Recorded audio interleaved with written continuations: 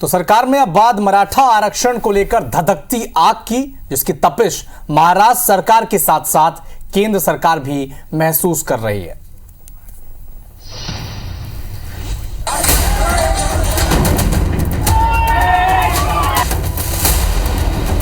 धधकती आग, धुएं का गुबार, तोड़फोड़ और पथराव। ये तस्वीरें एनसीपी अजीत पवार गुट के विधायक प्रकाश सोलंकी के घर की। आरोप है कि सोलंकी ने मराठा आरक्षण समर्थक नेता मनोज जारंगी के खिलाफ बयान दिया था, जिसका वीडियो वायरल होने के बाद वो प्रदर्शनकारियों के निशाने पर आए। मनोज जारंगी खुद भूख हड़ताल पर हैं, जिनसे हड़ताल वापस लेने की अपील मुख्यमंत्री कर चुके हैं। वैसे केवल ये घर नहीं, बल्कि महाराष्ट्र के कई इलाकों में मराठा आरक्षण की आग फैलती दिखी। नेताओं में खलबली का आलम यह है कि हिंगोली के सांसद हेमंत पाटिल के कथित इस्तीफे की चिट्ठी प्रदेश भर में वायरल है।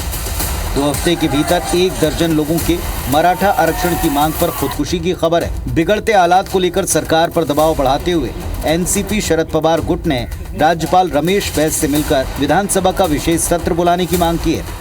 Complete failure of the home minister of Maharashtra and the government. ये ट्रिपल इंजन की खोखे जो सरकार है महाराष्ट्र में, उनका फेलियर है। आज एक विधायक का घर जला जाता है, गृह मंत्रालय क्या कर रहा है, गृह मंत्री क्या कर रहे हैं, उनकी जिम्मेदारी है।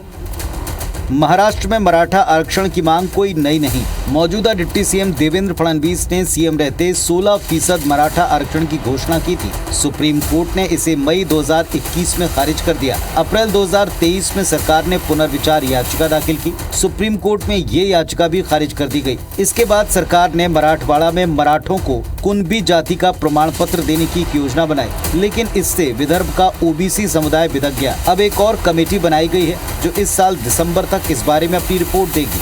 बहुत दिनों से मांग चल रही है कि भाई मराठा समाज के जो गरीब लोग हैं उनको आरक्षण मिलना चाहिए। तो अभी जो हमारी सरकार है, ट्रिपल इंजन वाली सरकार है, ये सरकार मतलब निर्णय लेने की तैयारी में है। महाराष्ट्र में अगले साल विधानसभा चुनाव है। ऐसे में मराठा आरक्षण एक बड़ा चुनावी मुद्दा बनता दिख रहा है। हिंसक प्रदर्शन और सुसाइड के बढ़ते मामले महाराष्ट्र सरकार के लिए सबसे बड़ी मुसीबत है। ऐसे में इसका क्या समाधान होगा, इसे लेकर केंद्र सरकार भी फिक्रमंद है। Bureau report, IBC 24। तो आज इस एक विषय ने पूरे देश के साथ साथ सबसे बड़ी चिंता वहां की रूलिंग पार्टीज के लिए सामने रखी है। अगले साल वहां भी चुनाव होने, उसके पहले इस सवाल का जवाब मिलना चाहिए कि इस विषय के ऊपर क्या होगा। और वहां होती हिंसा की तस्वीरों में पूरे देश में कहीं ना कहीं एक चिंता की लकीरें खींची।